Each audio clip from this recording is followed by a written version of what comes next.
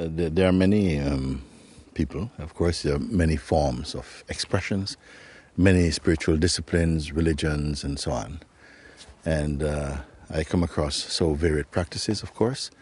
And most people, I would say 95%, so they're actually practicing for enlightenment or for freedom.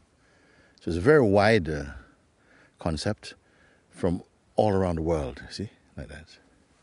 I say it is good, read books is good, that inspire you, that touch your heart, or to go to a satsang or to listen to a lecture or a sermon, something that moves you. If something moves you internally, it doesn't mean that you're necessarily so emotional, but that means that it really resonates with you. Then you may give more energy to this, look into it and follow that vibration. And sometimes people ask, how can I tell if I'm with the right teacher or something, you see? A teacher is very important. Sometimes people also say, but is one needed at all? Well, I'll try and tackle these two. One is that without a teacher, the mind is very, very cunning, and it's homegrown as well too. So it seems to know where your weaknesses are. You'll always tend to back away when we come to any point which feels like it's going to be painful or something like that, you see? Whereas a teacher can guide you through those in a way that is safe and powerful as well. So if you do find a teacher or someone with whom you resonate, then follow them at least while your association reaps the fruit, which is it helps you to be more calm and to be more centered in and experiencing from the heart.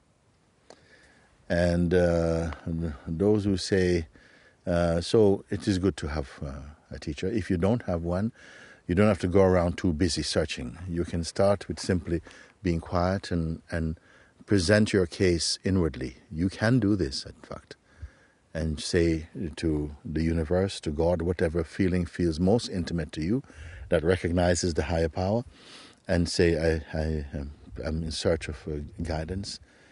Please send some guidance for me that I can go to the next stage, whatever that can be. And gradually life will arrange it for you like that, one thing. How, second question, can you recognize if a teacher is right for you? Well, they kind of go together also. It depends upon your present capacity to follow a teacher's pointings. The teacher must also be able to gauge how receptive you are and where they can move with you. This is a very natural thing if someone is awake. On the part of the seeker, it is not easy to just know. You may be attracted to someone for your own private reasons because you feel that they reflect the kind of image that you have of a teacher or something like this.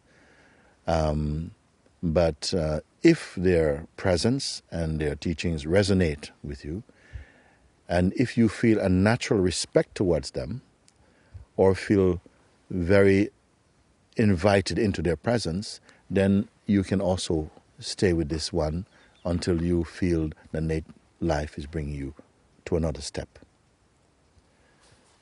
This is not always the case, because you may meet a teacher, a being whose impact upon you, upon your presence, might be very, whoa, you feel, whoa, something feels very strong, and indeed many people run at this point. But some recognize that it's not just the regular fear, but this is a sort of like the natural respect that you have for someone who you cannot manipulate. So that fear can come up also. So these are some pointers. The next point I would like to make is this one. Whatever discipline, practice, prayers, inquiry, whatever is your path, it must develop increasing sensitivity towards God and towards nature, life, to be able to not just take things at face value, but to sense the inner being of them, to understand the language of the energy and the vital force.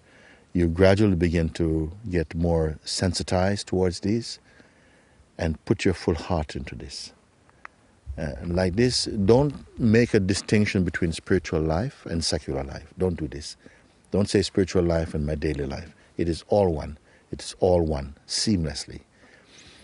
Also bring your satsang, bring your understanding, and in a practical application into your daily life also. You'll see that it doesn't want to be separated. It comes in subtle ways, guiding your actions, moving more in an intuitive way, your way of relating to people. This must be like that. It has to be that you're growing more patient, more open, less fearless, more kind, more loving, more wise. What if you are doing practices for so long and still you're very full of judgments towards people? You're unkind, spiteful by mouth, you see, and very, very one single-minded in your own projection. This is not good. It means that your spiritual practice is really wasteful. It's not. It's like making a cake that you cannot eat. So it has to be that as you deepen inside your own journey, it's reflecting. Something is becoming more beautiful. The consciousness is raising to higher and higher altitude. And your actions, words, and presence are beginning to manifest this, beginning to somehow radiate from that light within. So please bear this in mind. And if you feel, but I don't know how to do this, there's not a knowing how to do it. Bring that sincerity in your heart in whatever you do. If you are someone is a praying being, you can pray and ask God, please guide me so that I may recognize your clues, make my expressions more sensitive in the heart. Let me be a genuine seeker. Remove my ego, this type of thing. Or you learn to inquire into your nature. That is a separate topic for today. I will bring that up again and we can talk about that. So all the best, pure joy and peace to all of you. God's love. Om Shanti.